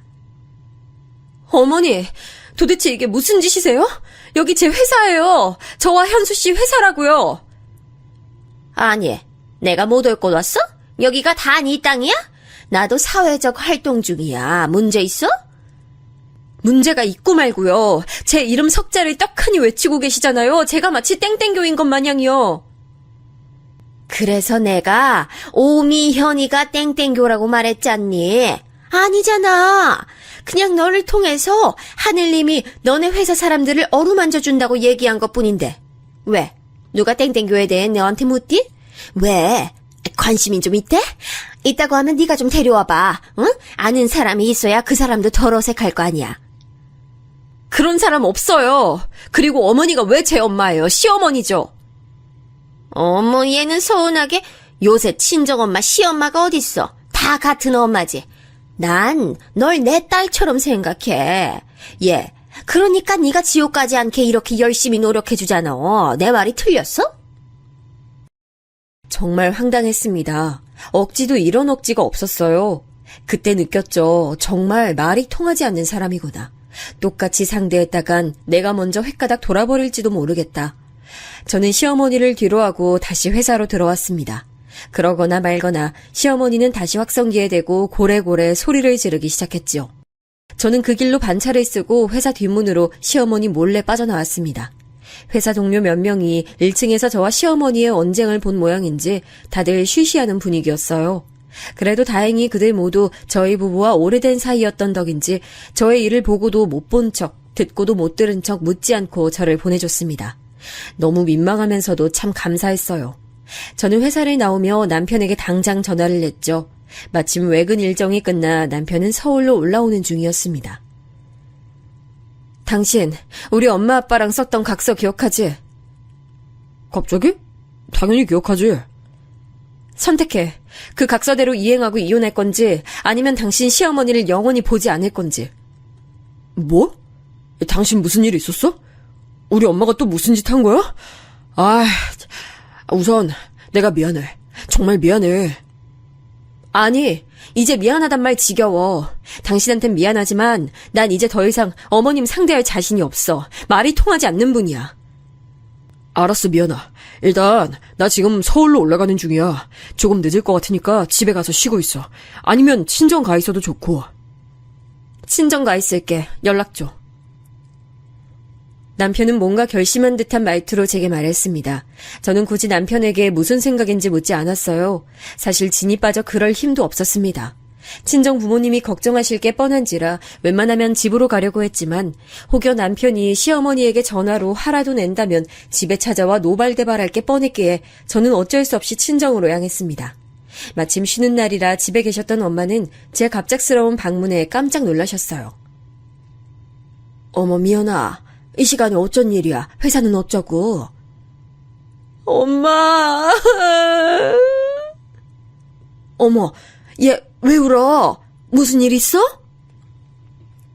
엄마 목소리를 듣는 순간 저도 모르게 눈물이 터져 흘렀습니다. 저는 정말이지 남편과 이혼하고 싶지 않아서 최선을 다해 버텼었거든요. 그리고 남편 또한 저와 시어머니 사이에서 아등바등 노력한 것을 잘 알고 있었습니다. 그렇기에 이혼 이야기를 절대로 꺼내고 싶지 않았건만 왜 이렇게 되었는지 시어머니가 정말 원망스러웠어요. 저는 그동안의 서름과 남편에 대한 미안함에 엄마에게 안겨 한참을 어린애처럼 울었습니다. 엄마, 난 정말이지 현수 씨랑 이혼하고 싶지 않아. 시어머니가 그냥 너무 미워. 겨우 울음을 그친 제게 자초지종을 드는 엄마는 그저 제 등을 토닥여 주셨습니다. 방에서 쉬고 있으라며 제게 따뜻한 물을 한 컵 떠다 주신 엄마는 방에 들어가더니 누군가와 한참 통화를 하시는 것 같았어요. 조심히 엿들어 보려 했지만 제가 들을까 염려되셨는지 엄마는 잔뜩 목소리를 낮춘 채 통화하셨습니다. 덕분에 무슨 내용인지 하나도 듣지 못했지요. 다음날 남편은 친정으로 찾아왔고 결혼 허락을 받았던 그때처럼 친정 부모님 앞에 다시 무릎을 꿇었습니다. 물론 제게도요. 어머니와 절연하고 왔습니다. 두 번 다시 미연이가 저희 어머니에게 상처받게 두는 일은 없을 겁니다. 정말 죄송합니다. 미안해, 미연아. 제발 한 번만 나 용서해줘. 시어머니와 절연까지 하고 왔다는 말에 저는 또다시 왈칵 울음을 쏟아내고 말았습니다. 남편이 가여워서요. 결혼 전에 약속을 지키지 못해 화를 내실 줄 알았던 친정 부모님은 그저 가만히 고개를 끄덕이셨습니다. 의외였지만 부모님도 저처럼 남편이 최선을 다한 것을 알았기에 넘어가시려는 것 같아 저는 속으로 안도했습니다. 그 후로 남편의 약속대로 정말 시어머니는 제게 전화를 하지도 찾아오지도 않았습니다. 너무 거짓말처럼 사라진 탓에 조금 무섭기도 했지만 이내 저는 시어머니가 없는 일상에 익숙해졌습니다. 정말 행복한 나날들이었어요. 그렇게 결혼한 지 1년이 막 지났을까요? 엄마가 일하시던 중 쓰러지셨다는 소식을 듣고 저와 남편은 급하게 병원으로 달려갔습니다. 분명 연락을 받자마자 달려왔는데 웬걸 한동안 보이지 않던 시어머니가 저희보다 먼저 도착해 계시는 게 아니겠어요? 어머님, 어떻게 된 거예요? 어머니는 어떻게 알고 오셨고요? 나 교회 신자들이랑 니네 엄마 가게에서 밥 먹고 있었어. 저희 엄마 가게에서요? 그래, 같은 교회 사람 좋다는 게 뭐야. 한 번씩 가게 가서 매상 좀 올려주고 했었지. 갑자기 니네 엄마가 픽 쓰러져서 너무 놀랐지 뭐야. 아가, 가서 청심환 하나만 좀 사와라. 엄마! 일단 여보, 가서 의사 선생님 먼저 만나고 오자. 쓰러진 건 저희 엄마인데 갑자기 나타난 본인이 놀라셨다고 청심환을 사오라는 말에 어처구니가 없었지만 따질 정신이 아니었습니다. 저는 급하게 응급실의 간호사를 애타게 찾았고 담당 교수님이 수술 준비 중이니 수술 동의서에 빨리 서명해달라는 말을 듣고는 엉엉 울음을 터뜨렸습니다. 여보, 울지 말고. 급성 심근경색이라 빨리 수술해야 회복되실 확률이 올라간다잖아. 쓰러지자마자 병원에 오신 게 천운이었대. 빨리 서명하고 장모님 수술 받게 해드리자. 남편 말에 저는 겨우 스스로를 추스를 수 있었습니다. 엄마가 수술 받는 내내 시어머니는 수술실 앞에서 앓는 소리를 해댔죠. 내가 너희 엄마가 쓰러진 걸 발견하고 병원까지 데려왔는데 집에도 안 데려다 주냐. 청심환 좀 사다 달랬더니 무시하냐 등등.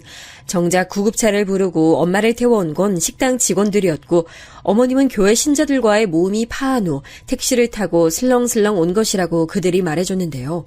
그리고 왜 엄마 식당에 시어머니가 있었는지까지는 오만 가지 생각이 들며 정말 짜증과 분노가 치밀어 올랐지만 어찌됐든 친정엄마의 수술 내내 수술실 앞을 지켜주고 있으니 감사한 마음을 갖자며 저는 스스로를 다독였습니다. 오히려 친정아빠의 앞에서 민망해서 절절매던 건 불쌍한 남편이었죠. 수술은 5시간이 되도록 끝나지 않았습니다. 그쯤 되자 시어머니는 배가 고프고 졸리다며 칼같이 시댁으로 돌아가셨고 남은 남편과 저 그리고 친정아빠는 초조한 마음으로 수술이 끝나기만을 기다렸습니다. 생전 믿지도 않던 엄마의 하느님에게까지 기도를 하면서요. 그동안 하늘님을 믿지 않아 죄송하지만 저희 엄마만큼은 몇십 년을 넘게 하늘님에게 정성을 다했으니 정말 존재하신다면 제발 저희 엄마가 무탈하게 나오도록 도와달라고요. 심지어는 엄마가 무사히 깨어난다면 저도 하늘님을 믿어보겠다고까지 빌었습니다. 정말 간절했어요. 그렇게 6시간이 지났고 수술실 문이 열렸습니다. 수술을 담당했던 교수님이었어요. 우리 가족은 교수님의 입이 열리기만을 초조하게 기다렸습니다. 죄송합니다. 최선을 다했습니다만 도착했을 때 이미 심장이 거의 멎어 계셨습니다. 믿기지 않았지만 그게 엄마와의 마지막이었습니다. 빠른 병원 이송에도 엄마는 결국 살 수 있는 골든타임을 놓치고 말았던 겁니다. 우리의 간절한 기도에도 불구하고 엄마는 수술대 위에서 돌아가셨습니다. 급성 심근경색에 의한 심장마비, 그게 엄마의 사인이었습니다. 그렇게 엄마는 병원 장례식장으로 옮겨졌고 상조에서 나온 장례지도사가 뭐라 설명을 하는 동안 무슨 정신으로 들었는지도 기억이 나질 않습니다. 넋이 나간 저와 아빠를 대신해 남편이 참 많이 애를 써줬어요. 장례에 관한 모든 것을 남편이 주관했다고 해도 과언이 아니었습니다. 저는 손님이 오면 맞절을 하며 눈물을 흘리기 바빴어요. 그리고 장례 이튿날 엄마의 입관식을 끝내고 나서야 뭔가 이상함을 깨달았습니다. 사이비라고는 하나 20여 년을 다닌 그 교회에서 단 한 명의 신자도 조문을 오지 않았던 겁니다. 엄마는 제사 때마다 절을 올리는 대신 이상한 손 모양을 하고 기도를 했었는데 그 종교의 기도법이었습니다. 그런데 추도절 대신 땡땡교식 기도를 올리는 사람이 정말 단 한 명도 없었습니다. 심지어는 입관식이 끝날 때까지 시어머니조차 모습을 보이지 않았어요. 남편은 저와 아빠의 눈치를 보며 시어머니에게 전화를 했지만 시어머니는 받지 않았습니다. 됐어. 전화 그만해, 여보. 저는 됐다며 남편을 말렸죠. 대놓고 이야기하진 못했지만 사실 오히려 다행이라는 생각마저 들었어요. 오시면 또 어떤 말로 사람 속을 뒤집어 놓으실지 몰랐으니까요. 지금 심정엔 오히려 시어머니를 보지 않는 게 제 정신건강에 좋겠다는 마음이었습니다. 그때였어요. 여기네, 여기! 김영희! 밖에서 뭔가 왁자지껄한 소리가 들렸어요. 장례식장에서 식사를 하던 사람들 모두 무슨 일인가 궁금해서 고개를 들어 입구를 쳐다봤습니다. 소란의 주인공은 바로 시어머니와 교회 신자들이었어요. 예, 나왔어. 교회 사람들도 같이 왔어.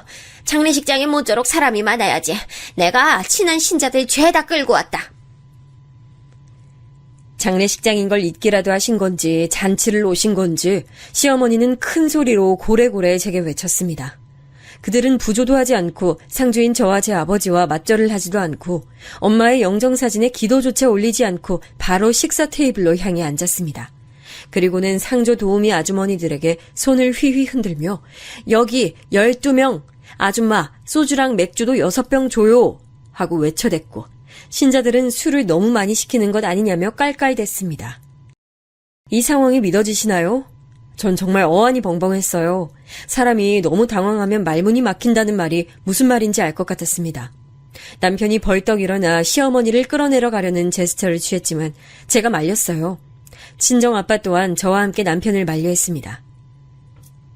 어차피 올 사람들은 다 왔다 갔네. 내일이 발인이니 오늘은 소란 일으키지 말고 조용히 지나가세, 윤서방. 아빠도 화가 난 눈치였지만 워낙 우리 집에 잘했던 남편의 모친이었고 엄마의 장례식장이니만큼 소란을 일으키고 싶지 않아 보였습니다. 남편은 우리 둘의 만류에 입술을 꾹 깨물고는 자리에 도로 앉았습니다. 시어머니와 신도 무리들을 조용히 보내려던 아빠의 계획은 뜻대로 되지 않았습니다. 초저녁부터 밤 10시가 될 때까지도 그들은 자리를 떠나지 않았어요. 오히려 우리 가족에게 보란듯이 더욱 무례한 대화를 일삼으며 큰 소리로 떠들어댔습니다. 그래도 영희씨 이게 웬 날벼락이래? 그렇게 씩씩하던 사람이. 그러기 말이에요. 심장마비라니. 하늘님도 무심하시지. 이게 다 평소에 하늘님에게 헌금도 덜 내고 전도 활동도 열심히 안 해서 천벌받은 거야. 영희씨 장사 잘 되는 거 봤지? 그런데 헌금을 그렇게 짜게 한다고 목사님이 나한테 푸념을 하셨다니까는. 듣지 않으려 해도 목소리가 어찌나 크던지 시어머니의 말은 못 들은 척을 할 수가 없었습니다. 그래도 내 남편의 어머니다, 내 남편을 낳아주신 분이다 하고 되뇌며 화르르 속으로 삼키기를 계속해서 반복했습니다. 남편은 그런 저를 보며 더욱 안절보절 못했고요. 목사님이 그런 말씀을 하셨어? 그렇다니까. 그렇게 마음 씀씀이를 좀스럽게 쓰면 하늘님이 더 누워신다고 얼마나 걱정하셨나 몰라. 그래도 고통 없이 한 번의 심장마비로 갔다니 하늘님에게 박하게 군 것 치고는 호상이지, 호상. 듣고 보니 그러네요. 이게 무슨 말 같지도 않은 말입니까? 이단에 빠진 사람들은 모두가 이런 마음인가요? 아니겠죠, 여러분? 전 정말이지 제 귀를 의심했습니다. 이게 일을 하다 급하게 쓰러져 죽은 사돈의 장례식장에서 할 말인가요? 그것도 자식과 남편이 듣고 있는데요. 너무 화가 나고 어이가 없어 부들대는 와중에 시어머니는 한술 더 뜨며 절 불렀습니다. 상주 도우미분들이 퇴근하자 하다못해 저에게 육개장을 리필해달라고 소리치며 말입니다. 예, 며느라. 여기 육개장 남은 거 더 없어? 안주 모자라. 전도 좀 갖다 주고. 음식 피는데 눈치껏 좀 채워다 주지 않고. 사람이 하도 기가 차니 헛웃음이 나더군요. 여러분 상상되시나요? 장례식장 상주에게 술안주를 센스있게 리필해오지 않는다며 타박하는 조문객이요. 저는 그런 광경을 태어나서 처음 봤습니다. 심지어 시어머니 한 명이 아닌 나머지 11명의 신자들 또한 마찬가지였어요. 피가 거꾸로 쏟는 것 같았습니다. 친정엄마가 교회에서 도대체 어떤 취급을 받았길래 저들이 여기까지 와서 저런 만행을 부리는지 도통 알 수가 없었어요. 제가 악에 받쳐 시어머니에게 소리를 지르려던 찰나였습니다. 미연아, 난 도저히 못 참겠다. 천연이. 더 이상 참지 못하신 친정아빠가 자리를 박차고 일어나 시어머니에게 달려가셨어요. 그리고 그대로 손을 올려 시어머니의 뺨을 향해 손을 치켜 세웠습니다. 다들 입을 떡 벌린 채 경악을 금치 못했어요. 아빠! 장인어른! 아빠를 말리려고 불렀는지 아니면 무의식 중에 아빠를 외친 건지는 지금도 잘 모르겠습니다. 지금 생각하면 별로 말리고 싶진 않았던 것 같아요. 대신 몸이 약한 아빠가 반대로 시어머니에게 맞진 않을까 오히려 걱정했던 것 같습니다. 다행히 아빠의 손은 공중에서 멈춘 채 부들거리고 있었습니다. 아마도 딸과 사위를 떠올린 후 마지막 남은 이성이었겠지요. 뭐야? 이 양반이 미쳤나? 치려고? 술이 얼큰하게 취한 시어머니도 자리를 박차고 일어나 저희 아빠에게 달려들었습니다. 장례식장은 순식간에 아수라장이 됐죠. 시어머님이 아빠의 머리채를 잡고 아빠는 시어머니의 어깨를 밀치고 신도들은 옆에서 어떻게를 남발하고 병원 경호요원들이 들이닥쳤습니다. 그리고 결국 남편이 시어머니의 어깨와 머리채를 거의 잡아채다시피 붙잡고 끌어낸 후에야 소란은 일단락됐어요. 남은 교회의 신자들은 슬금슬금 눈치를 보다 자리에서 일어났고 나머지 손님들 또한 저와 아빠에게 위로의 말을 건네며 장례식장을 떠났습니다. 난리통에 제 머리 또한 엉망이 되었더군요. 얼마나 엉켰는지 머리끈을 아무리 잡아빼도 풀리지가 않았습니다. 아빠가 먼저 들어간 상주 화장실 앞에서 한참을 기다려봤지만 흐느끼는 소리가 멋지않아 결국 포기한 후 할 수 없이 장례식장의 공용 화장실로 향했어요. 세수를 하며 마음을 추스를 겸해서요. 화장실 입구로 막 들어서려는데 안에서 여자들의 대화 소리가 흘러나왔습니다.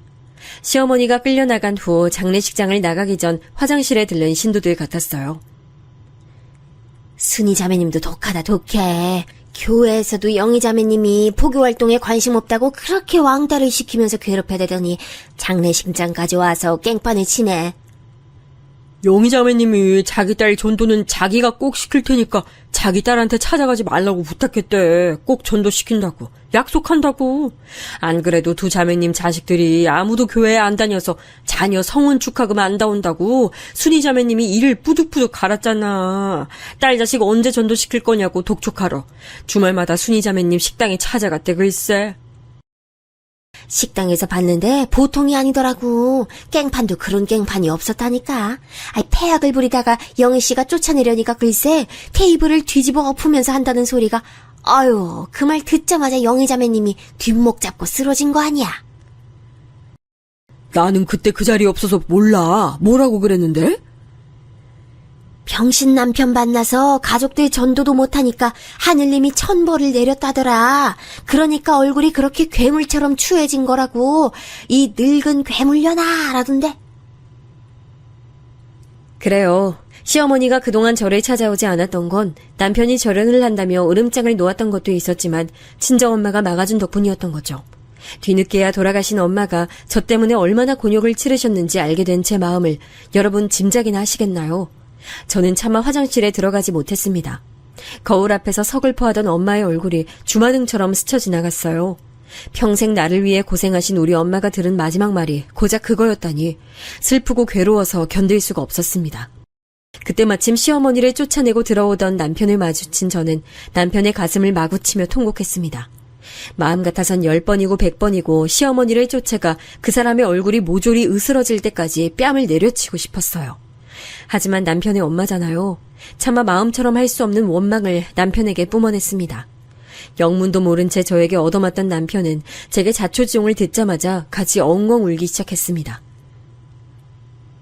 미안해. 미안아. 내가 정말 미안해. 나도 내 엄마가 정말이지 너무 싫어 미쳐버릴 것 같아.